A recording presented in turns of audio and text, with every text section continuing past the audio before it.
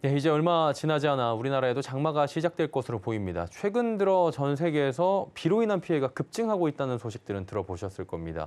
지구 온난화로 기온이 올라서 대기 중의 이 수증기량이 늘어나게 되면 비가 올 때 홍수가 발생할 가능성이 높아지기 때문일 수밖에 없는데요. 근데 홍수로 발생했을 때 일부 경제적 이익이 있다는 연구가 또 발표됐다고 합니다. 자, 오늘은 이와 관련된 이야기 해보도록 하겠습니다. 오늘도 함께해 주시는 분은 K웨더의 반기동 센터장입니다. 어서 오세요. 네, 안녕하세요. 예, 반갑습니다. 몇 년 동안 세계적으로 비 많이 왔고요. 피해가 굉장히 급증하고 있는 것으로 알려지잖아요.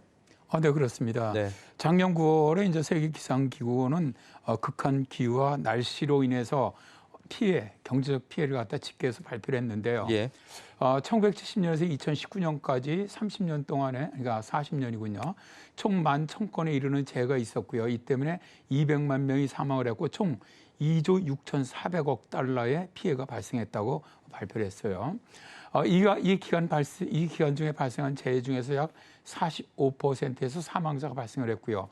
74%에서 경제적 손실이 발생을 했는데요. 사망자의 91%는 개발도상 국가 등에서 일어났는데 조기경보 시스템의 빈익빈 부익부가 심각해진 영향 때문이었다고 하죠.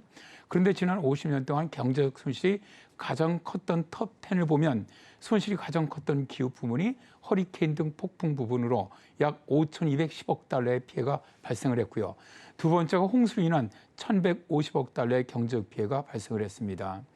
2010년에서 2019년 하루 평균 손실액은 약 3억 8,300만 달러였는데 이것은 1970년에서 1979년 사이에 하루당 4억 9천만 달러보다도 무려 7배 이상 피해액이 더 늘어난 것이죠. 태풍이나 폭풍 등으로 분류가 됐다고 하더라도 홍수와 동반되기 때문에 실제 비로 인한 피해는 더 늘어날 것으로 보야만 합니다. 유럽 환경청은 올해 2월에 자연재난의 피해에 관한 통계보고서를 발표를 했는데요. 이들은 지난 40년간의 기후변화의 영향으로 자연재난이 늘어나면서 유럽이 극심한 인명 및 경제적 피해를 입었다라고 밝혔습니다. 1980년에서 2020년까지 자연재난으로 최대 14만 2천 명이 사망을 했고 약 690조 원의 경제적 피해가 발생을 했는데요. 유럽 환경청은 이제는 자연재난으로 인한 경제적 손실이 매년 늘어나고 있다라고 강조를 했는데 재난 중에 가장 큰 피해를 준 기후현상이 홍수였고 전체 경제적 손실 중에서 44%를 차지했다고 합니다. 그러니까 홍수가 지금 낮아지고 있고 피해도 증가하고 있고 액수도 늘어나고 있고 인명 피해도 있는데 좋은 부분이 있다. 이건 무슨 얘기입니까? 우리나라에 장마라 이 홍수로 인해서 가장 큰 피해가 있었던 게 2020년 장마 때였죠. 예. 중부지방 같은 경우는 54일 동안 지속되면서 전국 기상관 증망이 갖춰졌던 1974년 이래 가장 긴 장마라는 기록과 함께 사망 7종 46명, 경제적 피해 1조 371억 원이라는 기록을 남겼는데요. 자, 이제 그런데 서경환 부산대 교수 연구팀이 장마 때 내리는 비가 경제적인 이익도 가져오고 있다라는 연구를 발표를 했습니다. 대개 장마는 5월부터 장마가 시작되기 직전인 6월 중순까지 건기가 좀 지속되는 경향이 많습니다. 그래서 가뭄 상태에서 내리는 장맛비의 경우 수자원을 공급해주면서 가뭄을 해소를 해주고 산불을 예방하면서 대기질을 개선하는 효과가 있다는 것이죠. 연구팀은 장마가 때 처음 내리는 비의 경제적 가치가 적게는 500억 원, 많게는 1,500억 원에 이른다고 밝혔는데요. 이들은 2015년, 2019년, 2020년 등 3년이죠. 세계해의 장마 시작 첫 강수의 4가지 경제적 요소에 대해서 경제적 가치를 갖다 평가를 해봤습니다. 그랬더니 각각 1,453억 원, 548억 원, 998억 원에 이른다고 추정을 했는데요. 이들이 4가지 경제적 요소로 활용했던 것은 수자원 확보, 대기질 개선, 산불 예방, 가뭄 경감 등으로 첫 장마비가 내리면서 이들 요소에 미친 경제적인 이익을 계산해 보는 것이죠.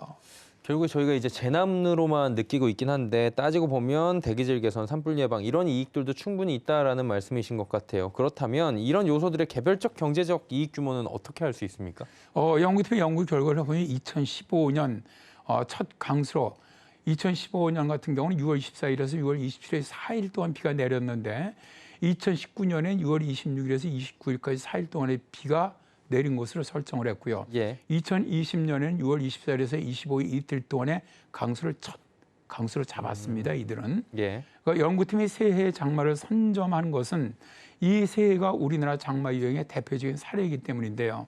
연구팀은 수정한 확보 가치는 전국 평균 강수량과 전 국토 면적이 되는 전체 강수량을 계산해 봤고요. 이를 유출률과 원수 판매율을 적용한 다음에 댐 용수 가격을 적용해서 이익을 산출해 봤습니다. 그리고 대기질 개선 효과는 전국 평균 오염물질 감소량을 구하고요.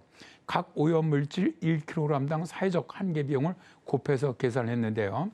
연구팀이 추정한 오염물질 1kg당 사회적 한계 비용은 미세먼지는 26,837원, 이산화질소가 8,220원, 일산화질소가 6,832원, 이산화황이 9,233원이었습니다. 그리고 세 번째죠. 산불 예방 가치는 첫 장마비 이전 20일 동안 전국에서 발생한 산불 피해 면적과 산림 피해 복구 비용을 곱해서 추산을 했는데요. 산림 피해 복구 비용은 1헥타르당 541만 4천 원을 적용을 했다고 합니다. 그리고 이제 마지막으로 가뭄 경감 효과는 가뭄 해당 지역 가구 수와 가구당 가뭄 고통 비용의 곱으로 정의를 했고요.